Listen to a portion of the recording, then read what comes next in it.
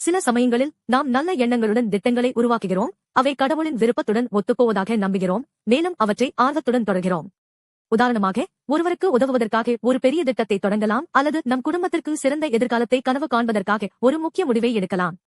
ஆனால் அந்த திட்டங்கள் எதிர்பாராத விதமாக தடைப்படும்போது அல்லது நிராகரிக்கப்படும்போது குழப்பமும் ஏமாற்றமும் ஏற்படுவது இயல்பு.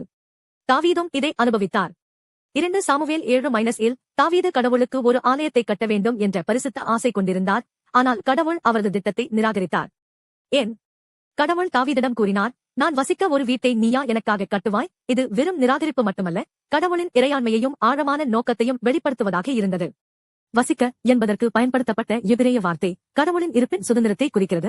அது ஒரு குறிப்பிட்ட இடத்திற்கோ அல்லது கட்டிடத்திற்கோ மட்டுப்படுத்தப்படவில்லை.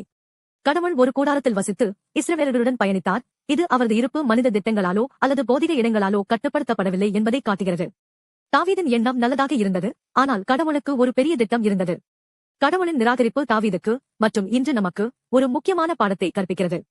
கடவுள் நம் திட்டங்களுக்கு மேலான இறையாண்மையுள்ள இறைவன், அவருடைய நேரமும் வழிகளும் நம் புரிதலை மீறியவை. தாவீதின் ஆலயம் கட்டும் திட்டம் இறுதியில் அவரது மகன் சாலமோன் மூலம் நிறைவேறியது, ஆனால் உண்மையான ஆலயம் இயேசு கிறிஸ்துவில் நிறைவடைந்தது. வார்த்தையாக மாம்சமான இயேசு பூமிக்கு வந்தார் மற்றும் அவரது சிலுவையில் மரணத்தின் மூலமும் உயிர்த்தெழுதலின் மூலமும் கடவுளின் இருப்பை நம் இதயங்களில் கொண்டு வந்தார். இப்போது இயேசுவில் விசுவாசிக்கிறவர்கள் கடவுளின் ஆவி வசிக்கும் ஆலயமாக, அதாவது உயிருள்ள திருச்சபையாக உள்ளனர்.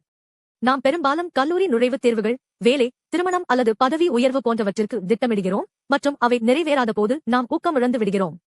ஆனால் நாம் இயேசு கிறிஸ்துவில் இருக்கும்போது இந்த நிராகரிப்புகள் வெறும் தடைகள் மட்டுமல்ல, அவை கடவுள் நம்மை பெரிய கிருபைக்கு வழிநடத்தும் வழி என்பதை உணர்கிறோம். கடவுள் நம் நல்ல எண்ணங்களை பார்க்கிறார், ஆனால் அவரது பெரிய திட்டத்திற்காக நம்மை காத்திருக்கச் செய்கிறார். இதன் மூலம் நாம் ஆறுதல் பெறுகிறோம். திட்டங்கள் சிதைந்து விடும்போது அது ஒரு சிறந்த பாதைக்கு வழிநடத்தப்படுவதற்கான வாய்ப்பாக இருக்கலாம். எனவே விரக்திக்கு பதிலாக கடவுளின் விருப்பத்தில் நம்பிக்கை வைத்து ஒரு படி முன்னேறுவோம். இவ்வாறு செய்யும்போது இயேசு கிறிஸ்துவில் கடவுளின் அன்பான கரம் நம் வாழ்க்கையை கிருபையுடன் வழிநடத்துவதை அனுபவிப்போம்.